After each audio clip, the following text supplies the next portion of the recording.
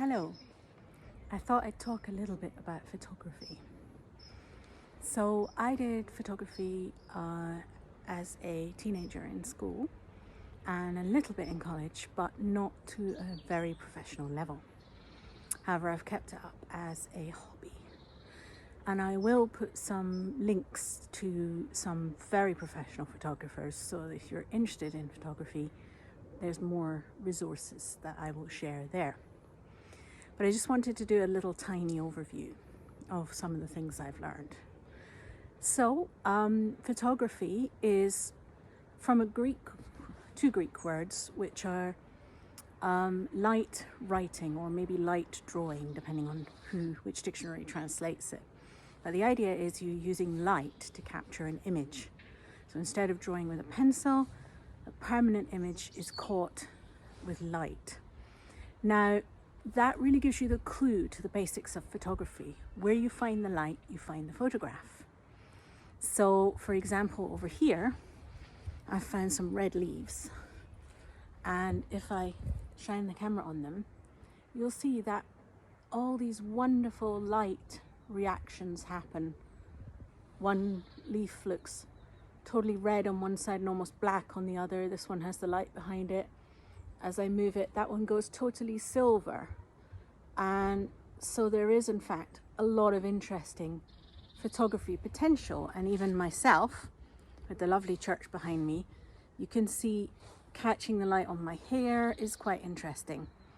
Now, with portraiture, I would put the face in the shade, so you don't get big dark shadows under the eyes. So if I stand fully in the sunlight now, start to see blasted out white or big dark shadows under the eyes, or showing up all the lines around my eyes where the sunlight is across it, or very bright, unflattering. So portraiture is kind of the exception. When you control the light, not always, but usually when you control the light, you want to put the person's face in the shade, and suddenly I look much better, although the light behind me or the light messing here with the shadows in my hair is very nice. I don't have horrid shadows around my eye. So the same kinds of leaves as I was talking about a moment ago are visible up here. If you look at them this time, with less light on them, they don't even look red. They look kind of brown color. And you can see that they don't look nearly as interesting. I'm not saying there's no photograph there. I'm just saying that usually where the light is your best chance for an interesting photograph, because these leaves look less different colors, less interesting. There's less going on without the light and shade. Now, in order to catch the light and shade, your best bet is obviously a beautiful autumn day like today, where the slanting light is coming in even though it's lunchtime, or early morning, evening. As the sun comes up and as the sun goes down, you get wonderful shadows, not the middle flat light of the midday in midsummer. That's usually your least exciting light, although it can be good for showing every detail of a view or something.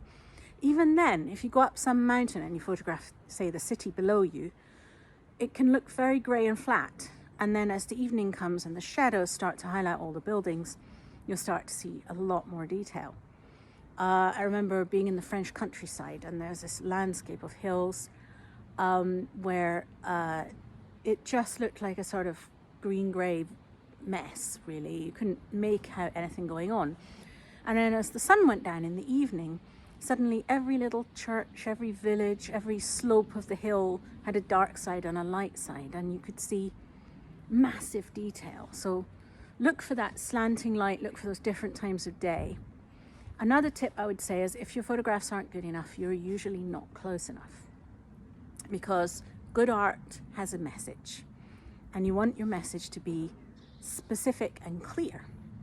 So if you're standing way back and including a whole lot of different jumbled things, they tend to be not so good. Obviously, there are occasions for this. Art is a dictatorship. You choose your photo, you choose your drawing, you do what you think's best. There's exceptions to every rule. You should always feel you can break every rule.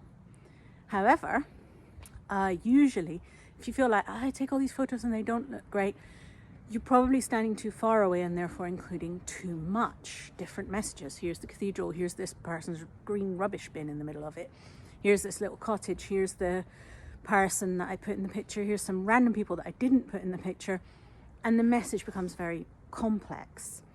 If once you get closer, you're like, here is just the gravestone with the light splashed across it, or here is just the cathedral with the light splashed on one side only and it looks dark.